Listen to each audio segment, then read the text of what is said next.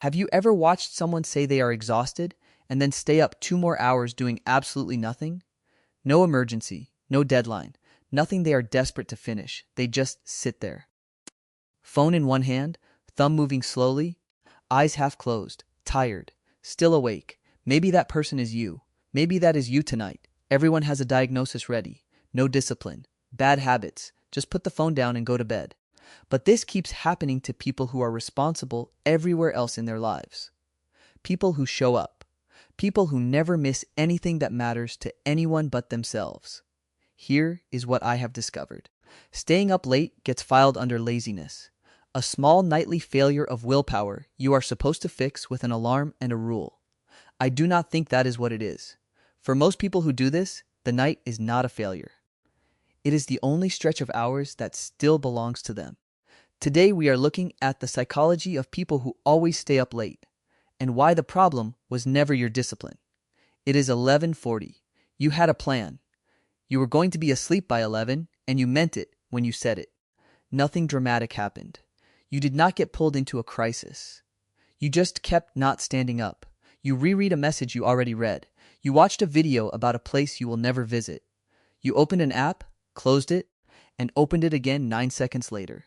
At some point, you looked at the time and did the math on how many hours of sleep you could still get. And then you stayed anyway. Sound familiar? Researchers in the Netherlands gave this its own name about a decade ago. Floor Croisi and her colleagues at Utrecht University called it bedtime procrastination, and their definition is very specific. Going to bed later than you intended, when nothing outside of you is stopping you. That last part is what makes it strange. No newborn, no night shift, no emergency. The bed is right there, the room is dark, and you still do not go. What I find striking is how ordinary this is. It is not rare, and it is not a personality defect that a few unlucky people carry. It is one of the most common quiet habits there is, and almost everyone who does it thinks they are the only one failing at something this simple. And notice what you are usually not doing in those hours. You are rarely doing something you would call worth it. You are not finishing a novel or building anything. You are mostly just staying, which means the point was never the activity. But here is where it gets interesting. A few years ago, a phrase started traveling out of Chinese social media and into the rest of the internet. Translated loosely, it means revenge staying up late. Revenge on what, though? Revenge on a day you did not get to choose. Think about your day as a house. You wake up and walk into a room that belongs to your job, then a room that belongs to your commute, a room that belongs to your family, your inbox, your errands, the person who needs a favor. Each room has someone else's name on the door, and you are welcome inside as long as you are useful. Then everyone goes to sleep, and there is one room left at the end of the hall. It is small, the light is bad, and it is the only door with your name on it. Would you really walk past it just because a clock says so?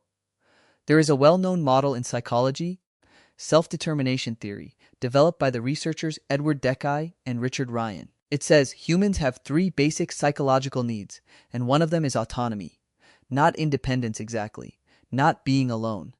Autonomy means the sense that your life is being authored by you rather than assigned to you. And here is the thing about a basic need. It does not politely dissolve because you ran out of time for it. If you got no autonomy at 9 in the morning, and none at 2 in the afternoon, and none at 7 in the evening, that need does not cancel itself. It just waits. It waits until the house goes quiet, and then it collects. You are not staying up because you love being tired. You are staying up because it is the first moment all day that nobody is asking you for anything. Now the second layer, and this one is more mechanical than emotional. Think about what going to bed actually is. Of all the decisions you make in a day, it is one of the only ones that ends things. It closes the day down. It is not a reward, it is a surrender, and you have to make that call using whatever self-control you have left over. Left over from what? From every small act of restraint you already performed. Not saying the thing you wanted to say in the meeting, answering kindly when you did not feel kind, sitting still, being patient, being pleasant. By 11 at night, that muscle is not fresh. Croisi and her colleagues found that people who put off bedtime tend to be the same people who struggle with self-regulation in other corners of life. Not because they are weaker than everyone else, because they have been spending on it all day and nobody counted the withdrawals. So the version of you at 11:40 is not the version of you who made the plan at 8 in the morning. That earlier you was full. This one is running on the last of it, and that is why the advice you get is so useless. Set a bedtime alarm. Charge your phone in the kitchen. All of it assumes the person at midnight is the same person who agreed to the rule. She is not. He is not. You are asking someone with an empty tank to drive across town on principle.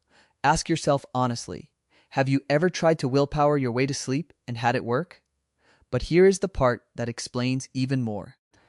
There is a second clock in this story, and it is not the one on your wall.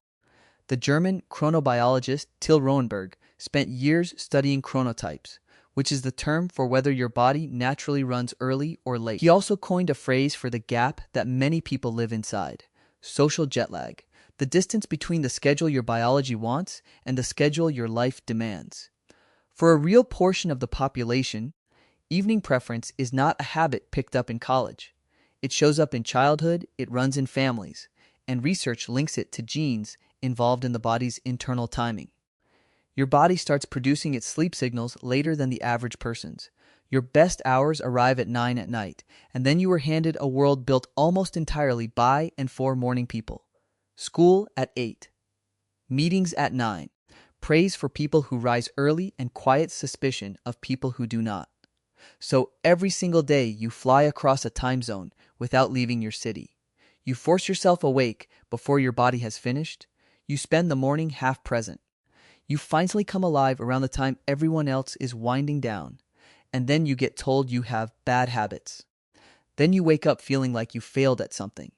You did not fail at a schedule. You lost an argument with a clock that was never yours. Now, I am not going to sit here and tell you that the tiredness does not matter. It does.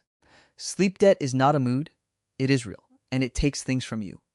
Your patience, your memory, your immune system, the version of you that shows up tomorrow. So this is not a video telling you to stay up forever and call it freedom. But look at what people prescribe for it. More discipline, stricter rules, a harder version of yourself standing over your own shoulder at bedtime. That advice is aimed at the wrong target. You do not have a discipline shortage. You have a discipline deficit at 11 at night because you spent every bit of it between 7 in the morning and dinner. So the question changes shape. It stops being, how do I force myself into bed, and starts being, where else in my day am I allowed to own an hour? For some of you, this started very early. The house only got quiet after everyone else went to sleep. Nobody was disappointed in you at midnight. Nobody needed anything. That quiet was the first thing that was ever fully yours. And some part of you has been going back there ever since. Nobody taught you that. You found it the way children find the one safe corner of a house without ever being shown. That is not a character flaw. That is a person who learned exactly where the door was and kept the key. So let me say this plainly. There is nothing wrong with you. You are not undisciplined. You are underowned. Your day has almost nothing in it that you chose, and your mind has been quietly correcting for that in the only place it still can. That is what those hours have always been. Not rebellion, not self-sabotage, a correction. And here is the part I want you to hear. You do not have to give up the room at the end of the hall. That instinct is telling the truth about your life. The problem was never that you wanted an hour that belonged to you. The problem is that it is the only one. So you keep taking it from tomorrow to pay for today. There is a difference between claiming an hour and stealing one. Claiming it means it exists on purpose, somewhere in the daylight, with your name on the door. Stealing it means you take it at midnight and your tomorrow pays the interest. You have been doing the second thing for years and calling yourself lazy for it. You were not being lazy. You were being loyal to the last part of your life that was still yours. So build a second door. 20 minutes in the morning, nobody gets to book. A walk at lunch that is useful for nothing. Give that need somewhere to land before midnight, and midnight stops carrying it alone. If you are watching this at some absurd hour, tell me what time it is where you are. I want this comment section full of 2 in the morning, 3:15, nearly dawn, and tell me which part felt like it was written about you. The tired part of you was never the enemy. It has been guarding the last room in the house for years. Go build it another one. Subscribe to keep decoding yourself, and I'll see you in the next